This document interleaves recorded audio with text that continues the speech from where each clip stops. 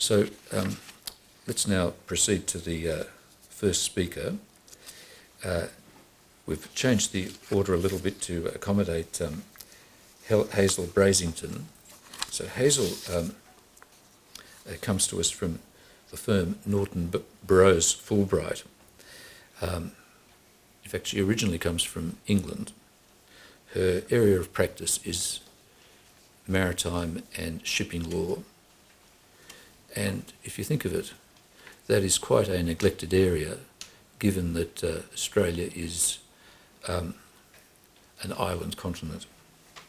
So we're very grateful that she's come here with her experience to speak to us on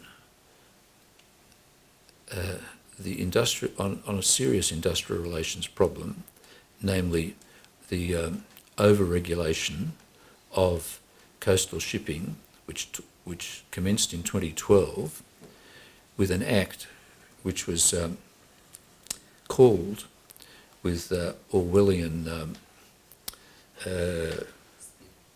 approach, it was called the revitalisation of Australian shipping. And yet all that's happened since then is that the Australian shipping fleet has shrunk. So could I ask Hazel to speak to us?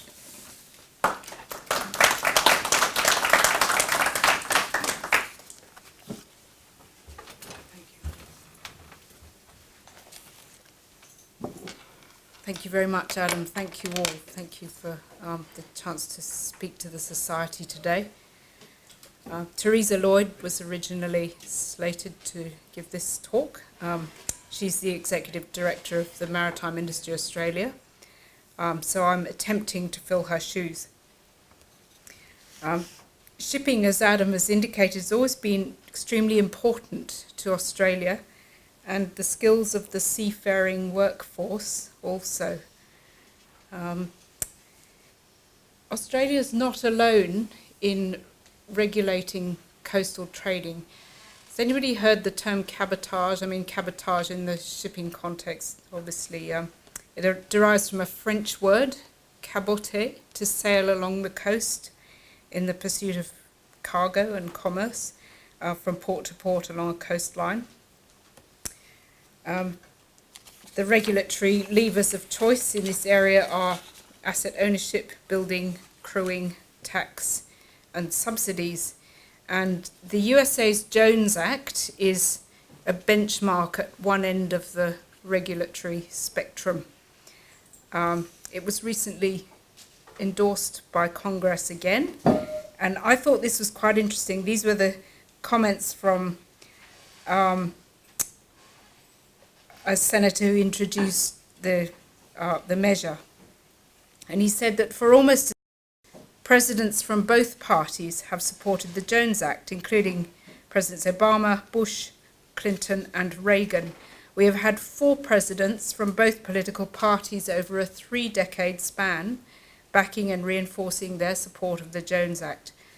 I ask you, on what other kind of issues would trigger that level of political consensus?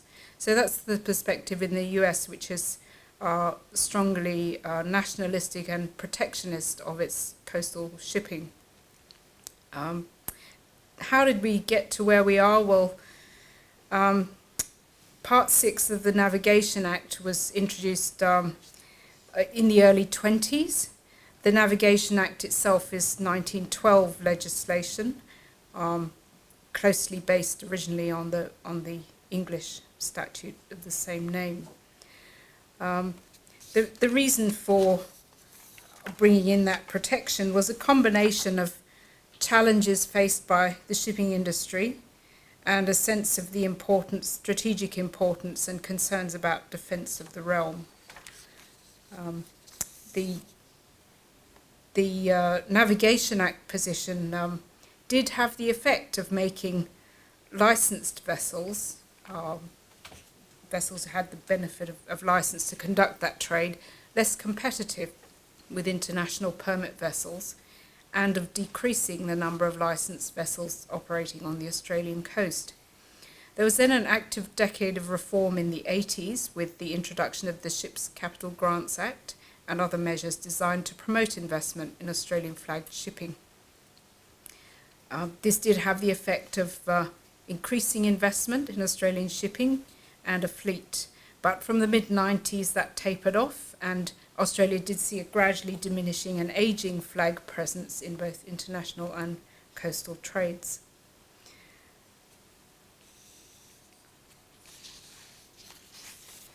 There's a bit more detail in the paper, and there are copies if anybody would like one, either in hard copy or electronically. So the policy balancing considerations as to whether under the NAV Act permits would be given to carry coastal cargoes included: was there a licensed ship available to meet the needs of shippers, domestic cargoes? Was the service provided by licensed ships adequate or inadequate to meet the reasonable needs of shippers? And was it in the public interest that that permit should be issued? So there's always been a balancing act in between protection of the local industry and the lower cost option of an international ship. In 2008, a standing committee reported on rebuilding Australia's coastal shipping industry. And these are the issues that it identified: strategic issues, a declining and ageing coastal fleet, legislation favouring the substitution of Australian ships with foreign ships operating under permits, a significant cost disadvantage for Australian registered vessels, and the possibility of industrial production being relocated offshore through the cost of Australian shipping. Administrative issues were that the legislation was outdated, that it required ministerial directions and didn't stand on its own feet as a regulatory regime.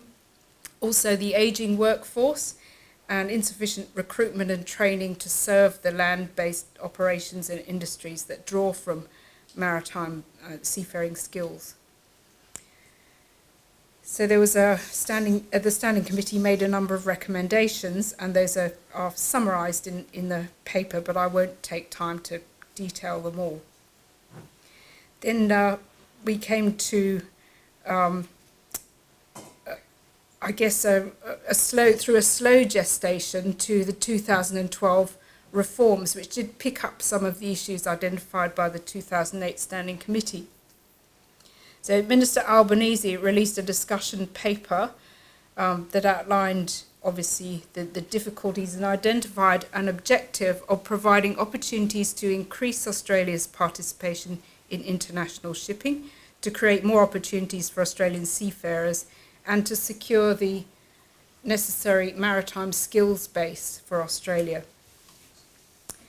The Coastal Trading Revitalising Australian Shipping Act 2012 came into force, and as Justice Robertson observed in the case I'm going to describe to you in a minute, it was apparent that the spin has now entered the title of the legislation.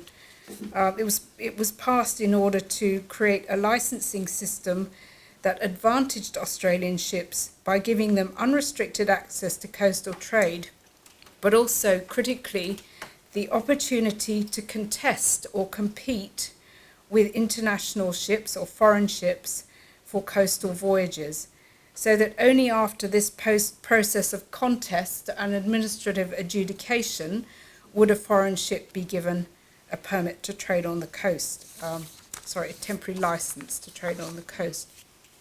At the same time, the Australian International Shipping Register was established. And this is an interesting thing because within that concept you have, if you like, an admission that we have to do something differently here. Australian shipping cannot compete on cost terms with foreign owners and operators. The second register offers the ability to use crew of different nationalities paid at international rates and with other business concessions, but maintains that link between ownership and management of the ship with the nation whose flag it flies. So the hope was to facilitate long-term growth of Australian shipping by a combination of favouring Australian ships for coastal cargoes and a package of fiscal incentives.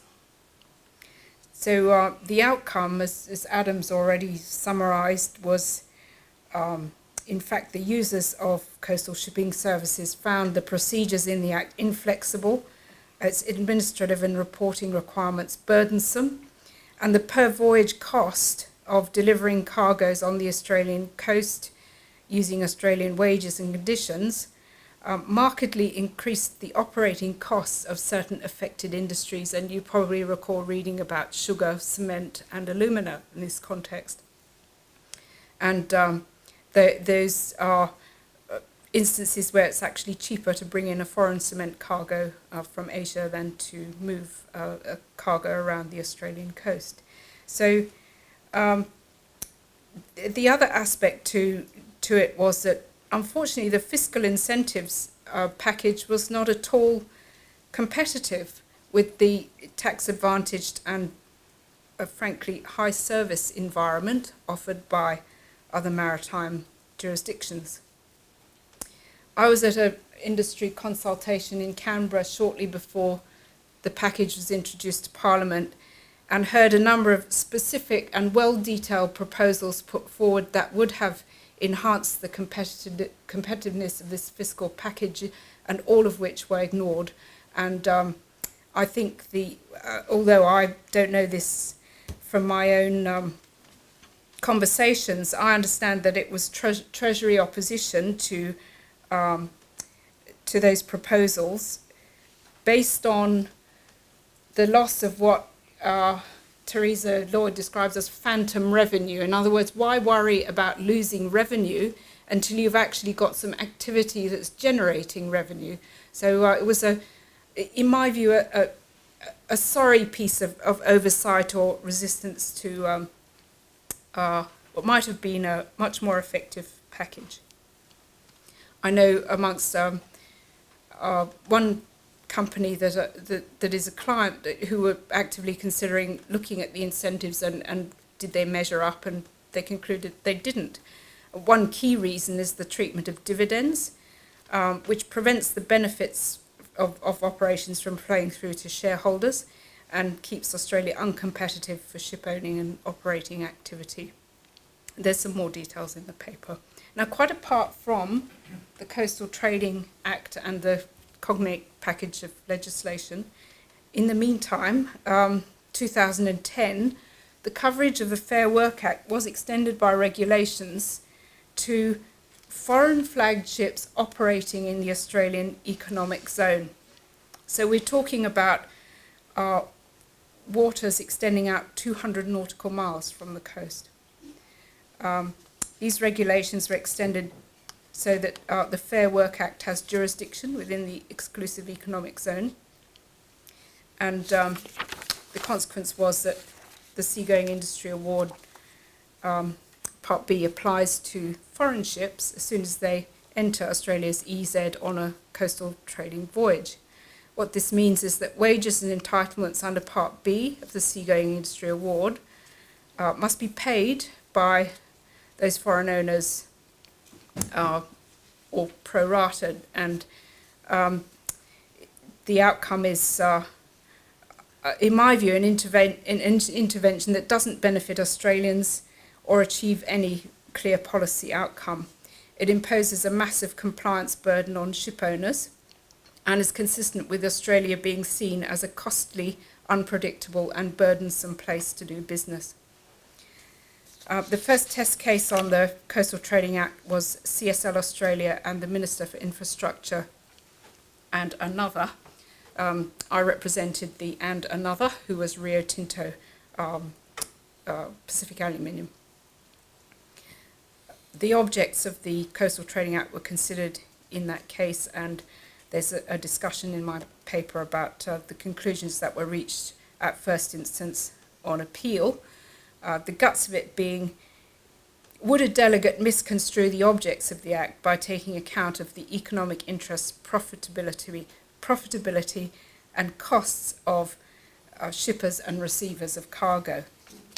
Well, although different outcomes were reached on the narrow issue of interpretation of the objects, the court at both levels agreed that the central commercial consideration of the cost of the voyage cannot be seen as irrelevant and outside the scope of matters that a delegate can consider.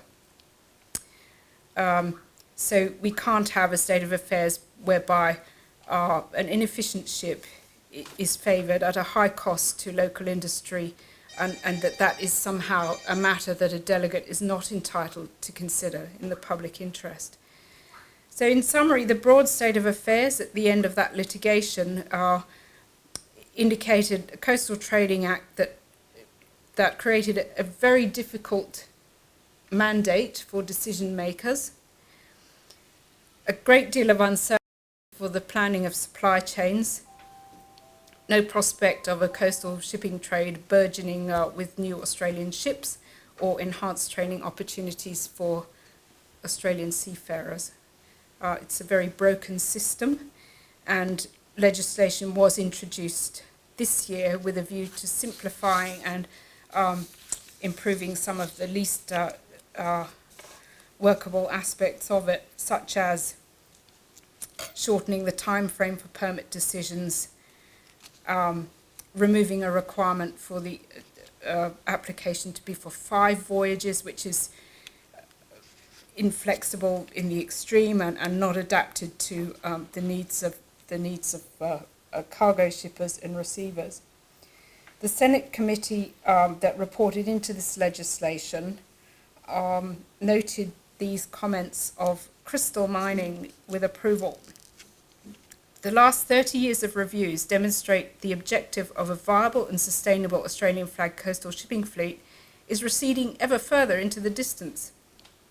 And that objective, although nationally reassuring, should not be placed ahead of the economic viability of many other Australian businesses that depend on reasonable cost coastal shipping.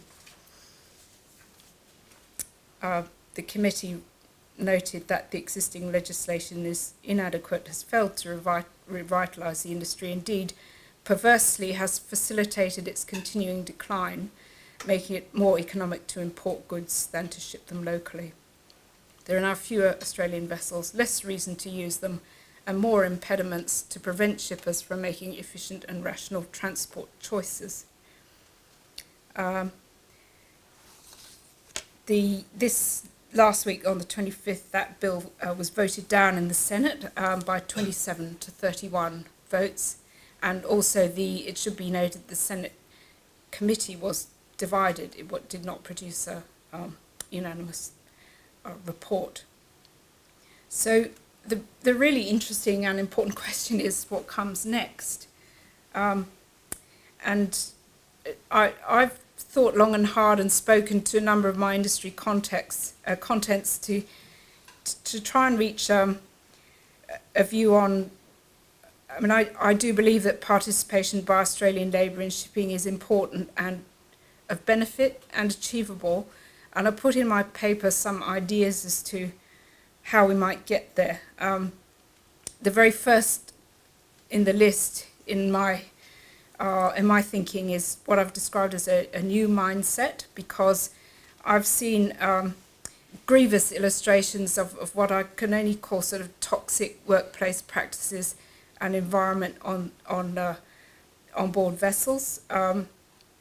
And what one of my clients has described as a low-skill, low-productivity mindset, and added to that a culture of intimidation that really needs to become as irrelevant as it is outdated. Nobody needs to have 28 weeks of paid annual leave a year. If they enjoy their job a bit more and their workplace is less toxic, perhaps they won't need quite so much paid annual leave. It was interesting to me that BHP Billiton's new towage provider at Port Hedland, Rivtow, has been appointed with reference to its focus on masters and engineers building and leading their own teams and on advanced training programs. So I think we can hope that Australian seafarers of the future might occupy more highly skilled, more specialised and perhaps more dispersed roles. But we must have a Fair Work Act of realistic ambit, and we must have a situation that takes account of accepted norms in competition thinking. I've referenced in my paper the the competition policy review, where it touches on monopoly of labour, which is a monopoly. It's been a holy cow outside competition legislation, and perhaps this is a sign that this is an area to change our approach in Australia. I've also referenced the interim report of the Royal Commission under Justice Hayden. The Maritime Labour Convention is something that should be mentioned in this context. This is an international convention now of worldwide force and operation, which protects the basic rights of seafarers. We have a program of port state control in Australia, where foreign visiting ships are inspected for safety compliance and international convention conformance. So that is very logically extended to the review of or identification of substandard and unlawful employment practices, because those practices are not only illegal and unethical, but they leverage the most vulnerable, and they do endanger the safety and sustainability of shipping. And I firmly consider that strong enforcement of the Maritime Labour Convention will have a beneficial effect of levelling the playing field. The tax regime, I've mentioned the fiscal incentives package that didn't quite get there. I can't resist reading to you a bit of propaganda from the UK Chamber of Shipping, because of course in Britain the national fleet faced exactly the same issue, with the further feature that the British economy depends hugely on invisible earnings which spin out of its heritage as a maritime and merchant seafaring nation. So what the UK Chamber of Shipping said about Britain's response to these issues in its own package of legislation: since 2000, recruitment of professional seagoing officers has doubled. The UK-owned and registered fleets have grown 3- and 6-fold, respectively. Shipping now earns £1.5 million every hour of every day for the UK economy. I don't vouch for the accuracy of those statistics, but it's certainly an interesting claim, and I'm sure the Chamber of Shipping has substantiation for it. So I think the idea, and one of my conclusions, is that not only is Australian participation in coastal shipping and even international shipping something that's very economically desirable, but it should be achievable, because this package of legislation, the similar tools have been applied and proven in practice in the UK. So it's not as though we're treading into uncharted waters by adopting some of these mechanisms. I was at a lunch a few weeks ago for World Maritime Day.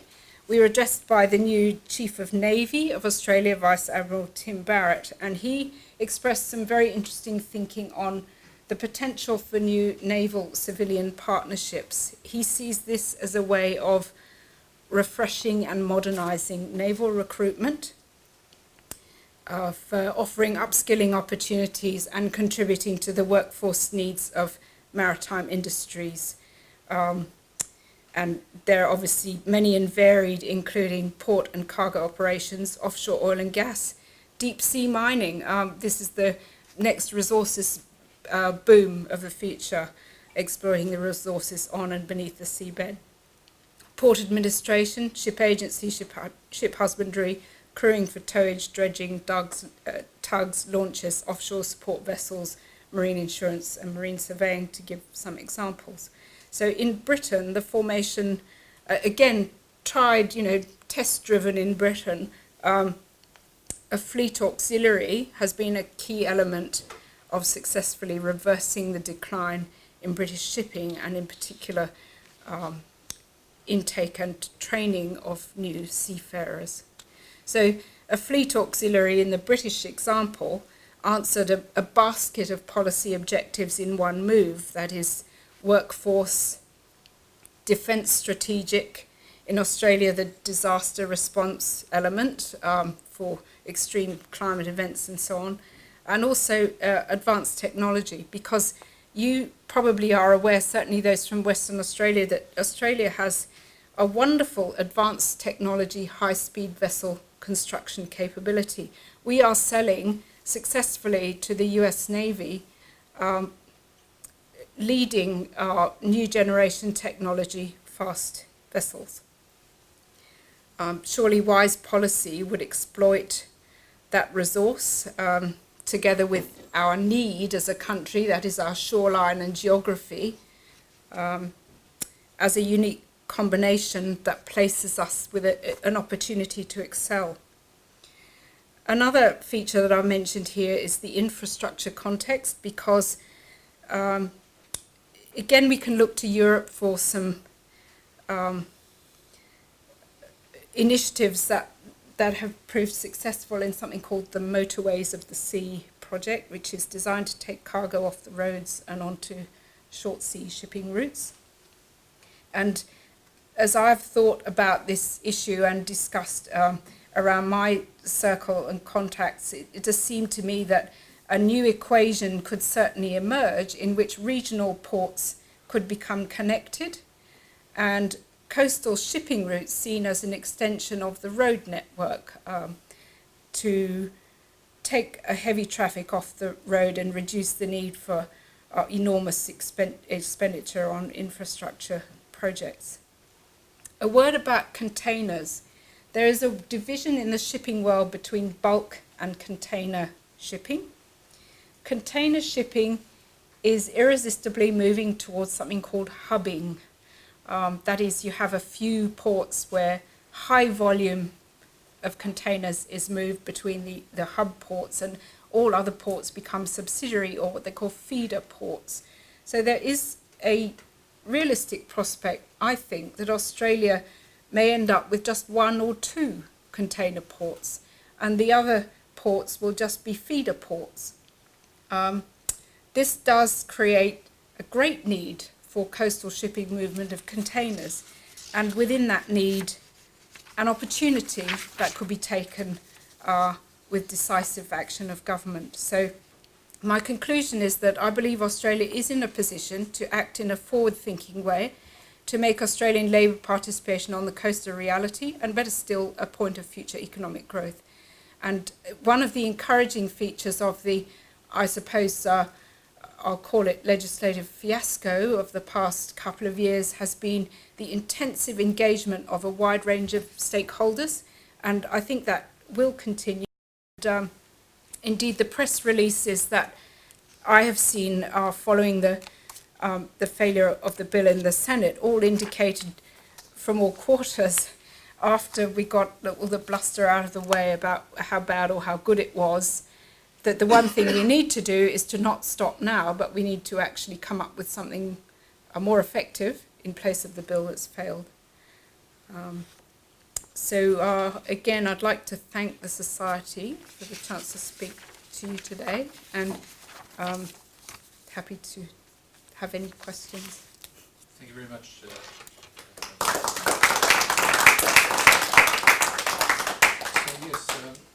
My inbox was bombarded at the end of the week with all these emails about work choices on water. Why exactly do so many people oppose the most recent tranche of amendments? Where's the threat to the unions?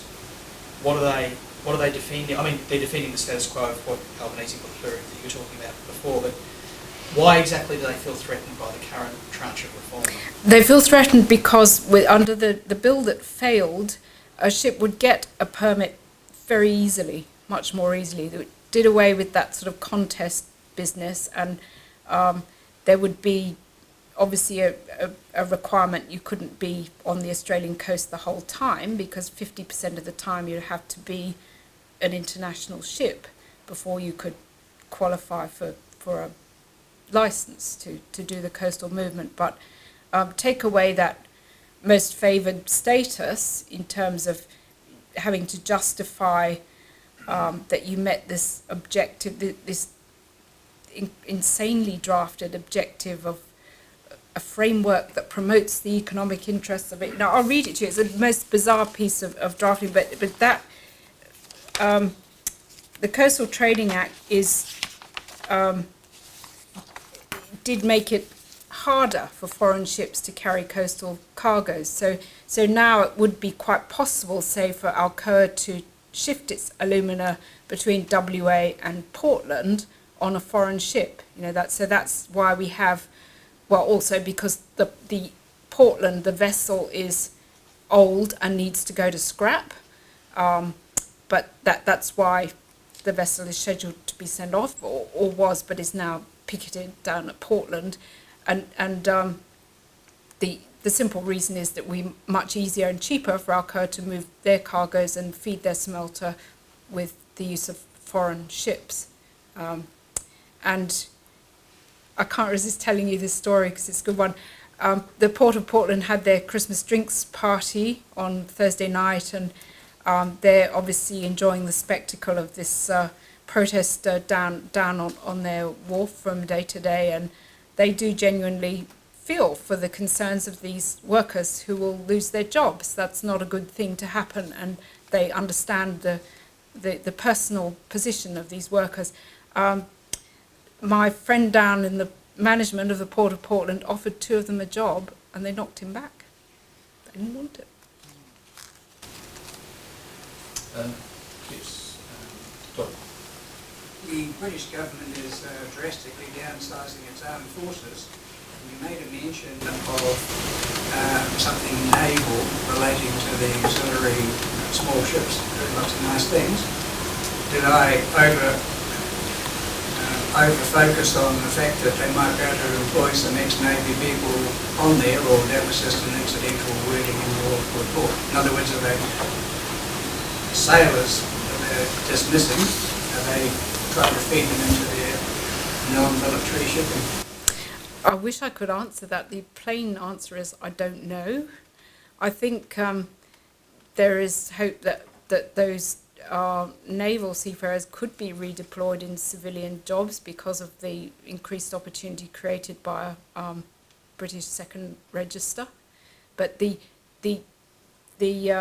amongst my sort of basket of ideas, the idea of perhaps following that idea here was an interesting one, because it was seen the transferability of skills and of jobs between naval and civilian applications has been clearly identified by our Chief of Navy here, and I think it's a good one, because the Navy is a very old-fashioned and stuck in the mud kind of a organisation in some ways, and he is very attached to the idea of refreshing the way that naval seafarers are recruited, and of course if they have opportunities in civilian jobs in the future, it will be more attractive to them to join the Navy.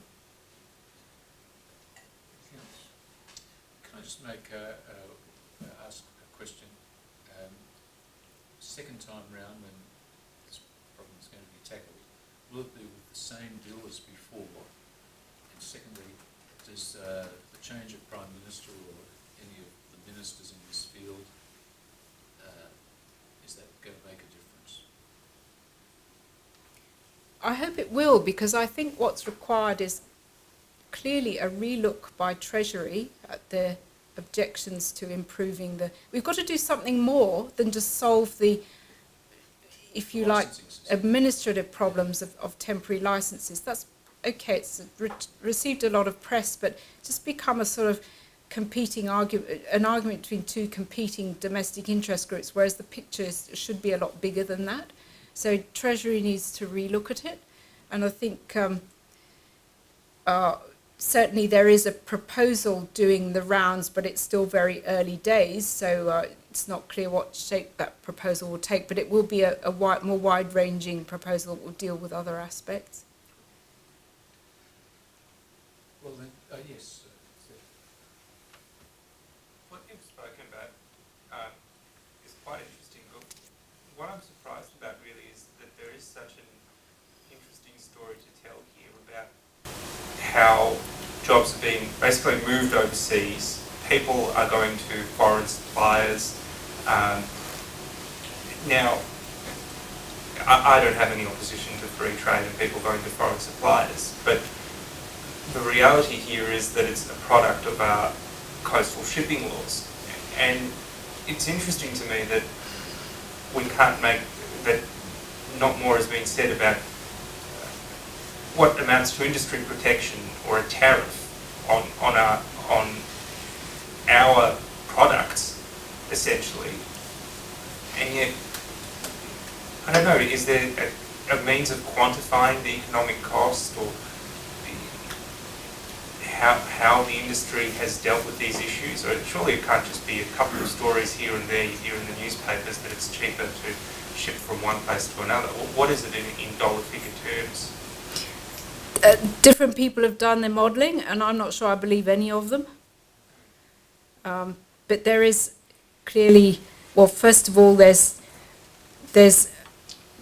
a humbling discussion, I think, for a number of interest groups concerning why certain jobs should be preferenced over and above the jobs of other workers. So that's one part of the discussion. But I think also, you know, as I mentioned, the idea of having a second register, an international register, which is sort of regulation light, acknowledges that labour has become so uncompetitive here in Australia that we have to do it differently. That was Minister Albanese's part of his reform, to have an international register in Australia with foreign seafarers. I'd heard after the change, the bill came in 2012, whatever, that one of the consequences was up in the Northwest Shelf, where rigs used to be towed out, but were still within Australia's economic zone, but because of the rules up until then, they used to be serviced and repaired and whatever, and then brought back on shore or close to shore. And after the changes, because obviously they'd extended the coverage of effectively the industrial relations system all the way out 200 miles outside of the economic zone, that business had basically ceased, and they were now taking the rigs all the way to Singapore for all the repairs, and then bringing them back because it was so much cheaper to take them all the way to Singapore than, obviously, if you have to go at least 200 kilometres to 300 kilometres, you're out into open sea, and it was no longer safe to do repairs there. So I wonder, first of all, are you aware if that's correct? And secondly, these changes that have been proposed, if they had got through, would they have actually addressed that issue, or would that still be a problem? It would have addressed that issue, and it wasn't just confined to rigs, it was cruise ship repairs, it was a whole lot of, there's a lot of ship repair work and opportunity that was lost as a result of, it was, I think, perhaps at one level an oversight, but to be frank, although there was industry consultation, it was inadequate. And what industry said back was not being received and listened to. And that was a graphic oversight. Thank you very much, Hazel. Let's thank Hazel again. Thank you.